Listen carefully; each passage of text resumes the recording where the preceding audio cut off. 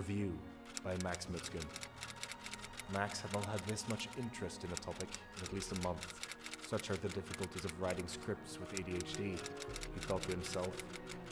Yet listening to the game's soundtrack on repeat kept him interested enough to break through that unyielding wall. He sat down at his keyboard and began to write.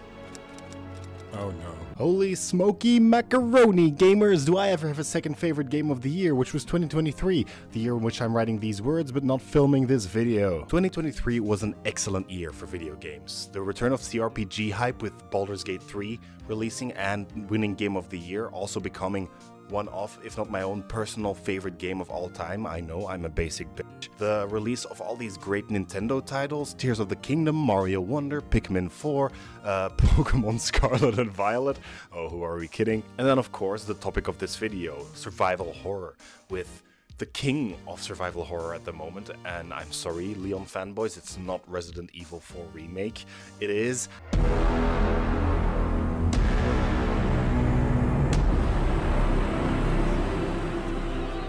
This game redefined the genre, maybe? Or even created a whole new genre of its own, survival horror musical opera.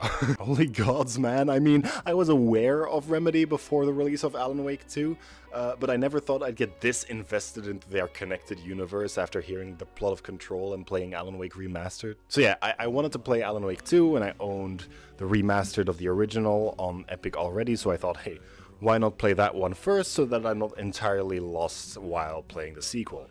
So as a good little goth gamer girl, I booted up the reboot and finished it in one sitting, and I can definitively say now that I'm a huge Alan Wake fanboy. I need one of those cardboard cutouts in my room, man, as this calming gaze can carry me to a sweet, serene slumber. Oh, if you haven't played any of these games yet, American Nightmare and the last DLC of Control included, spoilers. Play them, they're really good. So yeah, when Alan Wake first was released, it became kind of this cult classic. Remedy had been known in the industry for their Max Payne games, but when that IP was bought by Rockstar, who ended up making Max Payne 3, they had to think of something new. And Alan Wake was kind of created to be the the opposite of Max Payne. Max Payne having this linear story and being a shooter, they wanted Alan Wake to be an open-world survival game. Now, a lot of that ended up getting changed, but the core concepts of that idea would be carried over, in my opinion, to the sequel. The original Alan Wake, instead of being an open-world survival game, ended up being just a linear action game told episodically. So the sequel is semi-open world, it's open zone as Sonic Frontiers would describe it. You have these levels that are fully open for you to explore with, of course, one specific place you have to go to continue the main storyline. The remaster to this game, which came out in 2021, was a bit of a weird release. Alan Wake was remastered, and that game only sold 2 copies. But of course, as it turned out, the remaster was announced and released just in time for Sam Lake to get on stage at the Game Awards in 2021 and announce Alan Wake 2. I'd personally only seen Alan Wake in passing, for example, the Donkey video. I thought of it as this like atmospheric, you walk with a flashlight through the misty woods, no guns, horror game while you're being stalked by monsters. And I only ended up being mostly wrong about that. The horror of the original Alan Wake comes from its concepts, from its storytelling and its world building, not actually from the gameplay. Alan Wake, the original, takes place within a horror story, and I mean that both figuratively and literally. For those who have absolutely no idea about Alan Wake's plot, final spoiler warning, Alan Wake takes place in a story which has already been written by Alan Wake. You find these manuscript pages throughout the game which detail events that have yet to happen or events that you aren't even able to see happen, like 2 characters in a different location speaking to each other. The latter of these examples really helps build out the world, give character to these characters, but it also shows that something is wrong. You are experiencing a story which has already been written by the character you're playing as. So what happened, you know? Maybe I should do a little bit of a synopsis of the original's plot as well as the sequel's plot in this video. I don't want to turn this whole video into another like 4-hour, oh, this is Alan Wake's story where they just go beat for beat instead of, you know, telling you to play the game. Go play the game. I will explain the basics of the plot, but you will not get the same experience of like experiencing this story. There are gonna be a lot of things I leave out. Okay, so just go play the game. What's this? Wanting to avoid becoming another story explained video, Max tried to summarize the plot of the first game as quickly and concisely as he could. He succeeded only partially. Well, that doesn't bode well. So, Alan Wake follows a successful crime thriller writer named Alan Wake. Shocking, I know. After publishing his last book in his best-selling crime thriller series, a series based on a character called Alex Casey, he experiences writer's block while trying to write a new novel. It is an extreme case of writer's block. Even the title page of this manuscript he can't write. This causes him to become angry, turn to alcohol, he's mean to his wife. To try and help him, his wife Alice talks him into coming with her on a romantic getaway.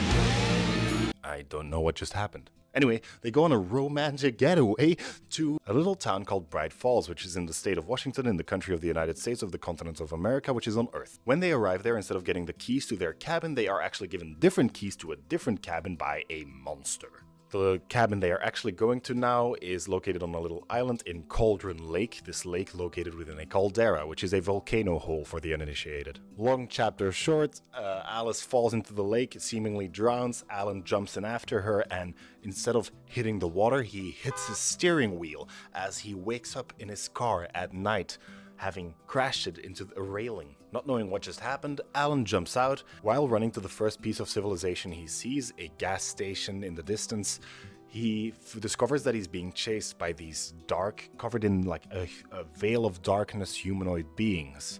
These are called Taken. He discovers that they have a weakness to light, so he fights them off, flashlight in one hand, gun in the other. So this is the core gameplay of Alan Wake. It is divided into 6 chapters, each of which have their own contained inventory, so you never carry over the guns and ammo you had at the end of a chapter to the next one. You run to your objective while killing these obstacles he's taken. Before you're able to shoot them, you have to first hurt them with your flashlights to dispel their dark shield. That's mostly the whole gameplay loop for the first game, and it is a short enough game and it's fun enough that you don't really get tired of it. Maybe like near the end it gets a bit tiring, but you have enough variety in weapons. You have, for example, a shotgun, hunting rifle, the flare gun is real fun. Even in the sequel they kept the flare gun as fun. You are able to just shoot the ground and everything explodes because it's a light gun. The 2 DLC changed the core concepts in an interesting enough way, where you use your flashlight to basically spawn objects in. You should play them, they're really good, and again, short enough where you don't get tired of the mechanics. I was never bothered by the simplicity of these mechanics. I always love when a non-weapon object is used as a weapon in video games or in media in general. Having the flashlight as this icon of the series is really cool. So this continues for an entire week. Alan runs around and looks for his wife while fighting off the Taken. During this time, he begins to find manuscript pages of a novel called Departure. Departure being the novel Alan wanted to write but couldn't because of his writer's block. These pages seem to describe events that haven't happened yet. He experiences them right after he reads the page. During this week, Alan finds himself pursued by police, the FBI, a psychiatrist, and the darkness itself. And this all culminates in Alan discovering that the cabin he stayed at doesn't actually exist. It was this illusion created by the monster, the dark presence. He discovers that Cauldron Lake, the lake the cabin was located on, has a magical property where stories or art that is created there comes true. The dark presence, the monster, tricked Alan into thinking that he could save Alice from drowning by riding her back, by writing a story. But while writing this story, the dark presence acted as Alan's editor, making sure that he wrote the story according to its will. Alan wrote a story where the dark presence rose up from the lake and became powerful, became stronger and stronger and stronger. And just at the end, before he could finish the book, he realized what was happening. So he began to change it. He began to insert himself into the story as its hero, fighting the darkness and eventually winning. Before he could write the ending, though, he had to run away, which leads us into this scene of him getting into his car and driving until he passes out, crashing into a railing. Why doesn't Alan just write, "I win," in his manuscript? Well, because that wouldn't make for a very good story, would it? The magic of the lake only works if the piece of art created is believable, is good. The story of Alan's novel has to flow like an actual story, and since the Dark Presence was forcing Alan to write a horror story, when he started writing his own stuff, he couldn't change genre suddenly. He had to adhere to the rules of a horror story. There had to be stakes, there had to be deaths, the danger, that there had to be a real possibility that the main character may not make it. He realizes that the only way to really bring Alice back is to exchange something of equal value, a life of equal value, his own. So, instead of Alice being trapped in this dark place under the lake, now Alan is, and Alice resurfaces. The final scene of the original Alan Wake is Alan sitting at a typewriter within the dark place under the lake and making a realization. It's not a lake, it's an ocean. Having explained the basics of his story to his non-existent audience, Max continued to explain his interpretation of the story. Well, that was rude. Alan Wake takes its narrative surrounding art and creativity and runs with it. Sprints even. Remedy have now become known for their unique style of inserting these live-action segments into their video games, but while Alan Wake 2 also does this, it is so much more special than that. Alan Wake as a character perfectly represents art. He is a writer, but he's also portrayed by two actors, a visual actor, Ilka Villi, and a voice actor, Matthew Peretta. In the story, Alan is helped by a filmmaker and poet called Thomas Zane. His wife is a photographer. He encounters two members from a metal band called the Old Gods of Asgard who apparently defeated the Dark Presence themselves during the 80s. The darkness can be seen as this allegory for Alan's writer's block. When an artist is pressured from the outside by something like a publisher or an editor, their art might not end up being the way they wanted it to be. I'm not saying that editors or publishers are bad, not at all. They are essential in making art your job, but they do cause art to be limited. An artist is limited by the deadlines they have from their publisher or the edits their editor makes. The Dark Presence in-game is often referred to as Alan's editor. Alan can only start writing again after he has defeated the Dark Presence. He is able to write Departure the way he wanted it to, or at least end it the way he wanted it to. What I'm saying is that creative control is incredibly important for an artist. An artist shouldn't be limited by outside factors, they should just be able to make what they want to. Alan's last words, "It's not a lake, it's an ocean," represent art, in my opinion, or creativity as a whole. Creativity is not a lake, it is not a still body of water surrounded by land whose life within we know, the depths of which we have explored. It is an ocean, wild, with waves crashing, pulling you in every which direction. Fully dark within, which can only be lit up by exploring it, by diving in. Tom Zane, the poet, is a representative of the light in-game. He is the light presence, basically, that guides Alan towards his goals. And his model is that of a diver, which is a character from a film he made, but, you know, it really proves my point. Max found it important to pace out his script and not jump from one explanation to another. He suddenly shifted to a fact only slightly related to the original game. Hey, did you know this guy's name is Sam Lake?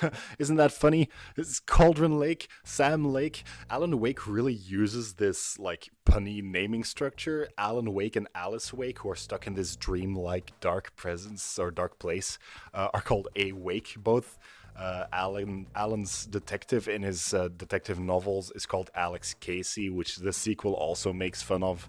A lot of the movie adaptations of the Casey novels are called stuff like Cold Casey or Final Casey. There's a being in the second game which can transport people between realities, and he is called Mr. Door.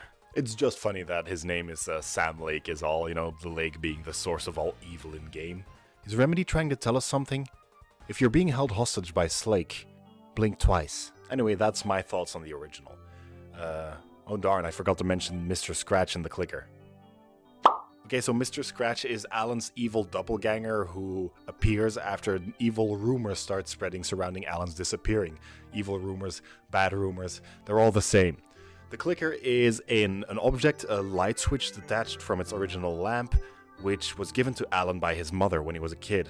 Alan used to be afraid of the dark, and his mother gave him the clicker to make him imagine the monsters away, basically. When he clicks the clicker, all the dark, evil things go away. The clicker's significance basically boils down to it being an amplifier for Alan's reality-changing powers.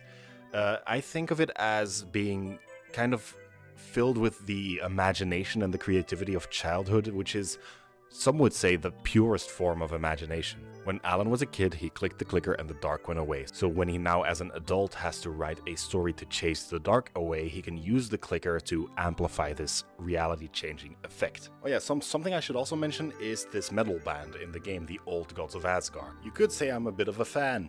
Now, the Old Gods of Asgard, whose members in-game are actually pretty important characters to the overall story, are represented by Poets of the Fall, a Scandinavian band. Poets of the Fall have been connected to Remedy for years. They have made music for all of the Alan Wake games and Control under the Old Gods pseudonym, and they've even made music for Max Payne 2, only not as the Old Gods of Asgard, but as Poets of the Fall. Seriously, the dedication Remedy shows to showcasing different forms of art is astounding.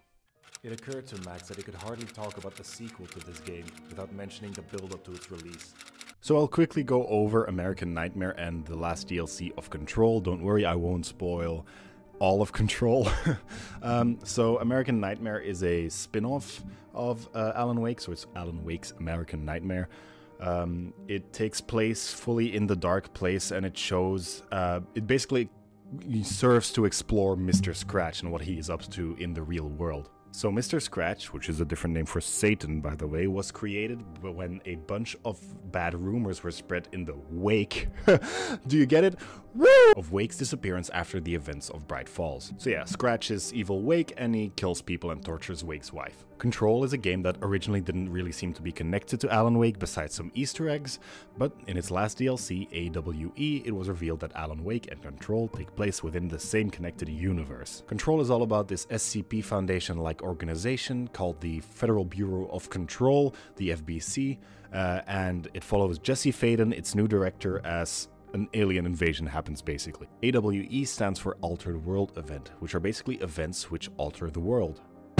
One of the Bureau's jobs is measuring and keeping an eye on these AWEs, and it's revealed that the Bright Falls incidents that happened when Alan defeated the darkness was one of these AWEs that the FBC were aware of. This DLC sees Jesse receiving these visions from a writer who is describing events that have not yet happened. I wonder who it is. So yeah, during this DLC, it is revealed that Alan Wake's events were actually studied by the FBC, and even that one of the characters from Alan Wake is contained within the FBC's facility. The psychiatrist I mentioned chasing after Alan was a man named Hartman, Emil Hartman, and when Alan defeated the darkness, he himself jumped into the lake trying to absorb the darkness, become one with it, gain its power. But instead he became a monster which was contained by the FBC after the event happened. So yeah, the DLC sees Jesse following the paper trail of Alan's writings, as she goes to defeat Hartman, who has been released from captivity. The DLC ended with a small cutscene showing a monitoring station of AWEs, revealing that, oh, there's a new AWE happening in Bright Falls, except this one is happening a couple of years in the future. Now, having finally finished the preamble to this already way too long script, Max could finally move on to the actual meat of the video. 9 manuscript pages in, the sequel and Game of the Year runner-up, Alan Wake 2. Sorry, Painheads and Breako-lites, Quantum Break and Max Payne are not in the same universe. Alan Wake 2 sees Remedy's design philosophy built up through years and years of great games perfected. Everything that worked in the older titles has been carried over. Everything that didn't work in the older titles has been polished, changed, or removed. The original's mechanics have been refined and polished and changed to fit the survival horror genre, and Alan's quest for creative freedom is more real than ever. While Alan tries to get out of the dark place, events in the real world unfold as teased by the events of the end of Control. The AWE is happening. 2 FBI agents, Saga Anderson and her partner Alex Casey, arrive in Bright Falls to investigate a series of ritualistic cult-like murders. Once again, if you have not played these games, especially Alan Wake 2, go do it. You'll thank me once you get to that scene. I'm not telling you what that scene is. Actually, I do have to tell you what that scene is because it's part of the main point I'm trying to make here, but please just go play the game, you'll thank me for it.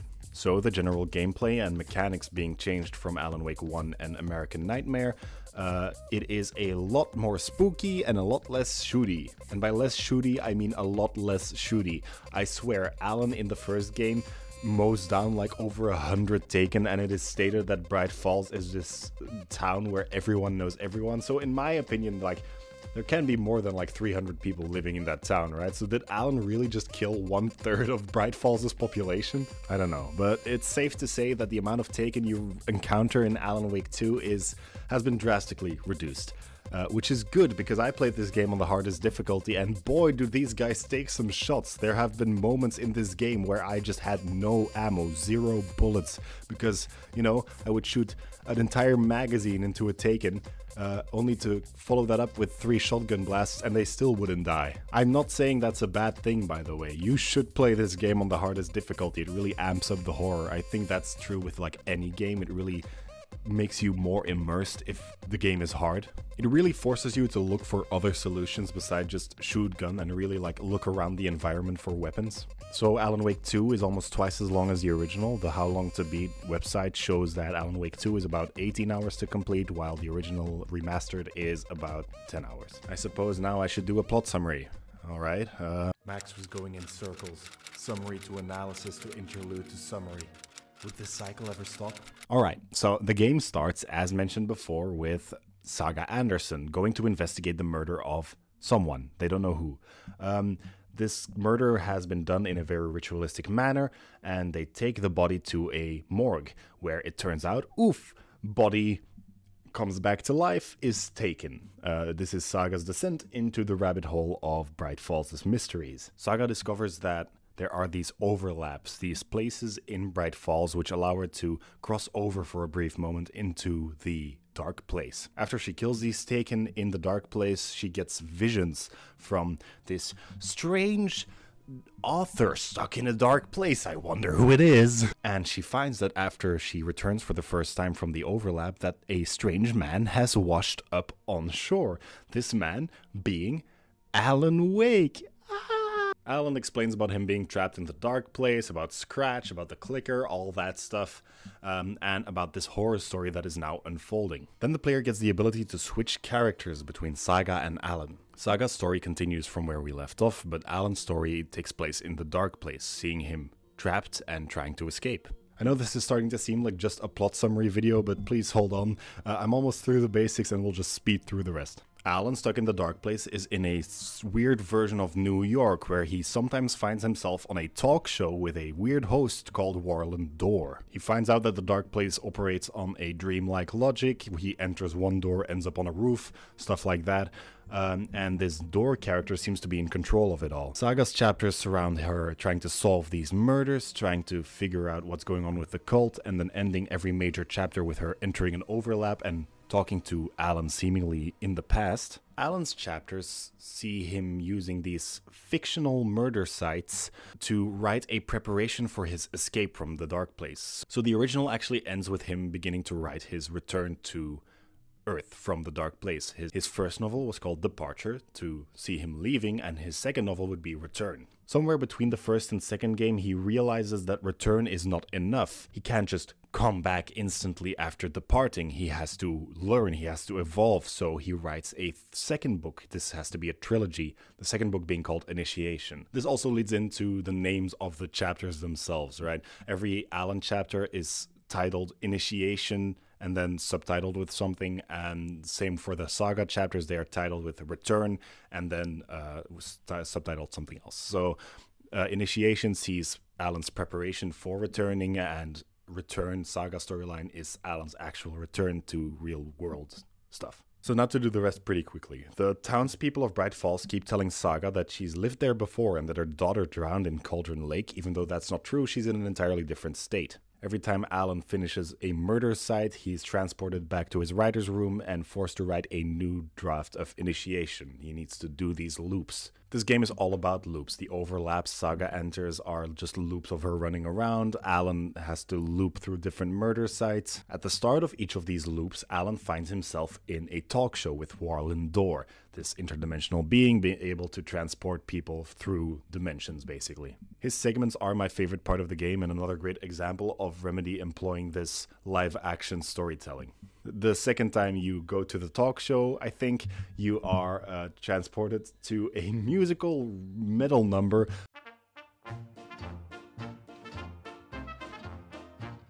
Herald of Darkness, it's in the chapter We Sing, and it's basically just the old gods of Asgard playing Herald of Darkness, which is also the song that played on during the Game Awards. It's just you running around shooting stuff while the song is playing, and the song is basically a recap of Alan Wake's life up until that point. It's really good. This is what I mean when I say Alan Wake 2 is not just a video game. It's proof that video games are art, because it involves a full metal album, it involves a talk show, it involves short films even, which the perfect example of which is at the end of, I think, the last murder site. Alan is able to just sit in a cinema and watch an entire, I think, 30-minute short film, which I did. It's called Nightless Night, and it is great. It's starring Alex Casey, and it's fully Finnish, and I love it.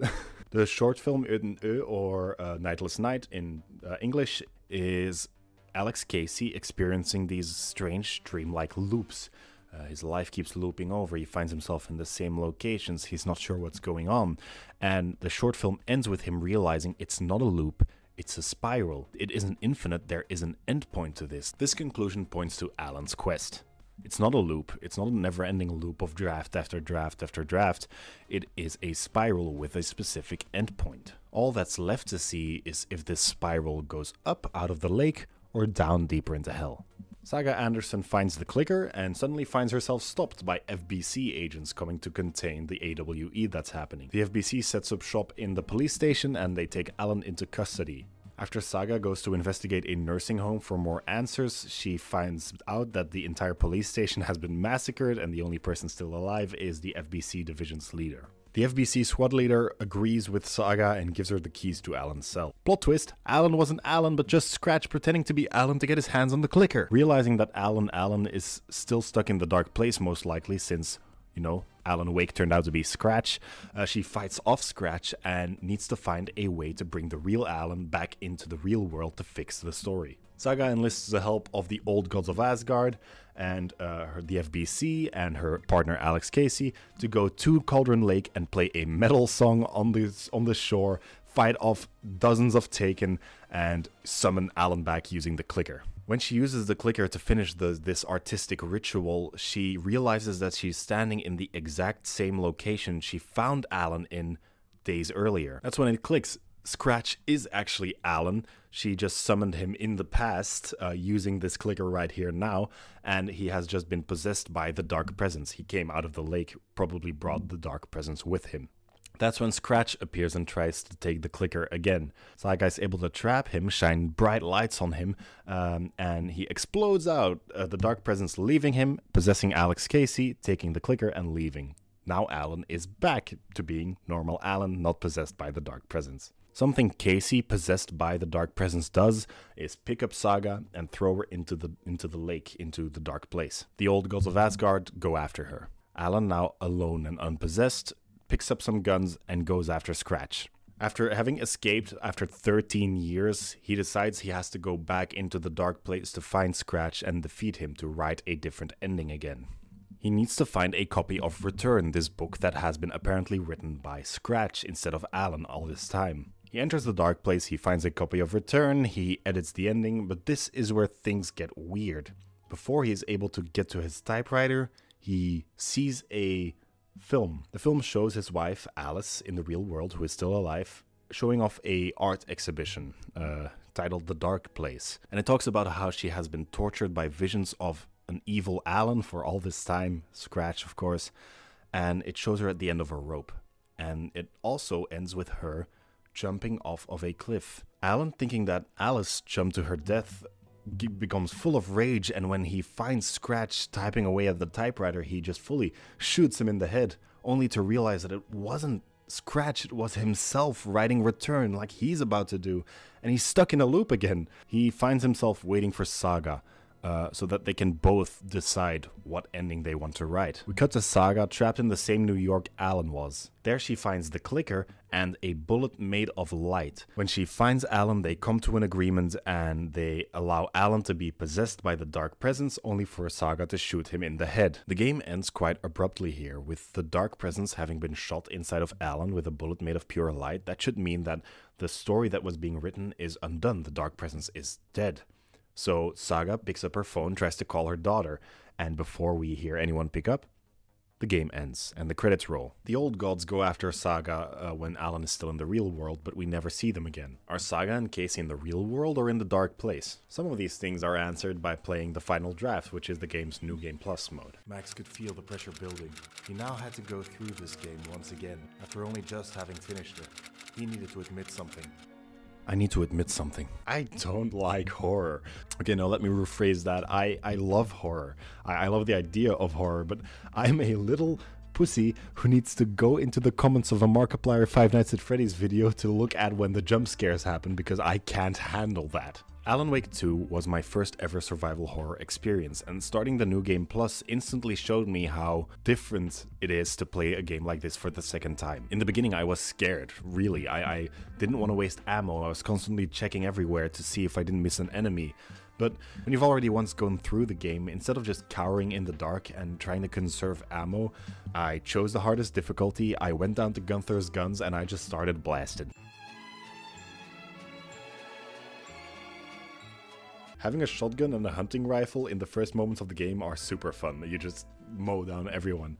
So what's the difference between the final draft and the base game? So the intro is different. Alan narrates it differently because in canon you've already gone through this again. This is a new loop on the spiral. There's also some manuscript pages describing Saga's feeling of deja vu as she walks through all of this again. We also get some cameos from a character from Control, Dr. Darling. These videos are probably meant to tease Control's sequel, which has been confirmed to be in development. And of course, the most significant change is the ending. It's revealed to Saga in the end, when she's stuck in New York, that the old gods of Asgard who went after her are actually staying there and playing as Warlin Door's in-house band on his talk show, which is what has been happening the whole time. It seems that the dark place, time in the dark place at least, works differently. Then in the final cutscene, Saga originally didn't get an answer from her daughter, but now she picks up and tells her mother she had a nightmare. Alan's bullet hole unbullet holes and he returns back to life, and that's the actual ending. It was time for the conclusion. Alright, what are we left with? Oh yeah, the title of this video. What is art? Never mind, we were so far from the conclusion. Whoever's writing these pages needs to shut up. I can solve this question with people much smarter than me have been talking about for centuries in a single YouTube video about a video game released in 2023, and that's my God-given right. Oh, look who it is. It's my trusted friend and loyal mascot, Pobo. That's his name, don't question it. What's up, Pobo? I should do what to people who say that video games aren't art? With this? Alright. Okay, now that that's dealt with, art to me is anything people create that has a deeper meaning beyond its surface, be that an unintentional one or an intentional one. This can be a certain message that the artist wants to show to people, or it can be something as simple as an emotion. Happiness, sadness, rage, fear, horniness. Wikipedia defines art as, and I'm reading this from my computer, from my script, a diverse range of human activity and its resulting product that involves creative or imaginative talent, generally expressive of technical proficiency, beauty, emotional power, or conceptual ideas. So, and this, now reading this, I realize I left that out of my original explanation. A meaning can also be just showing off. Showing off your talents is also a message you want to send to people. That also counts. Just showing your proficiency with certain tools also counts as art. This proves my point. Thanks, Wikipedia. As long as we ignore the very next line, which says there is no generally agreed definition of what constitutes art. Art is a way for humans to express their humanity. Something as soulless as Modern Warfare 3 should be seen as art simply because there are people behind it. Not everyone maybe, but most people behind it actually did put effort into it and try to show the world something cool they made. Now that's not to say they are good works of art. Modern Warfare 3 ain't no Mona Lisa, Picasso, can't believe it's not back, Mozart, Stravioli, okay? But they are art. The debate of should video games be considered art has been going on for years, decades, actually as long as video games have been commercially available. Even as early as 1983, video game magazine Video Games Player made a full fake awards show because they stated that video games should be considered as art. Even today though, bloggers and news networks still see video games as a product and nothing like art, like paintings, like music. Some would argue that video games can't be considered art because they are made with profit as a main incentive, right? Video games are made to be sold. Same with movies. Some people wouldn't consider movies art because movies are made to make money. And then there are specific video games and movies that are made with the intention of just being art and are generally free to see. Like in Alan Wake 2, where there is a full like artistic short film that is inserted in there that are just made to show off talent and creativity. To me, that argument isn't really valid though, because if I look at something like the Lord of the Rings trilogy or the original Star Wars trilogy, the amount of effort and love and craftsmanship that went into making those movies should just instantly make them valid as art pieces. There are so many different aspects to these movies and games that make them something even more than just a painting, right? They are interactive paintings, they are interactive musicals. Would you not call the Lord of the Rings and Star Wars trilogies art? Maybe you wouldn't. Reading the title of the video and considering how much I've been shilling my opinion this far, you know my opinion about this. Video games are art in my opinion. But I am fully aware, and I agree that art is a fully subjective matter. Yes, okay, I titled it Proof that video games are art, but it's a catchy title, right? What would you consider to be art? Paintings, movies, music, books, poems, plays? Alan Wake 2 has all of these things. It is a combination of all of these things. It is not just a video game. It's a thrilling, convention-defying musical and a talk show hosted by a multi-dimensional demon. It is a metal album that rocks so hard it is able to summon the souls of the damned, and it is a mind-bending experimental short film. It's a best-selling series of thrillers and a relentless nightmare spiraling its dreamers ever deeper down into hell. But most of all, it is a soulful Finnish janitor singing his heart out on a stage. I didn't even begin to explain how important games like Baldur's Gate 3 and Alan Wake 2 are for their local cultures. I'm a Flemish Belgian, and knowing that Baldur's Gate 3, winner of Game of the Year, was made by Larian, a studio which originated in Ghent, which is a city in Belgium, in Flanders, it makes me more proud to be a Belgian than I've ever felt before in my life. And I can't imagine how it must feel for the Finnish to see Alan Wake 2. This game reeks of Finnish culture and I love it. From the charming Ilmo and Jaakko Koskela,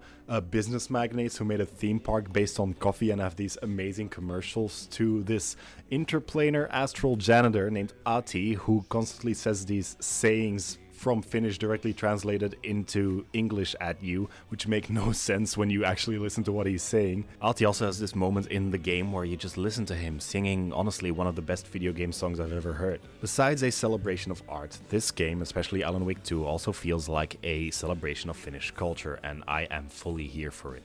Since the sequel's release, Alan Wake has gotten a Fortnite skin and also a survivor in Dead by Daylight, so I think it's safe to say that we're gonna be seeing a lot more Alan Wake in the future, if not from Remedy, then from other companies doing collaborations with him. Okay, now that all that's out of the way, I can fully conclude this video.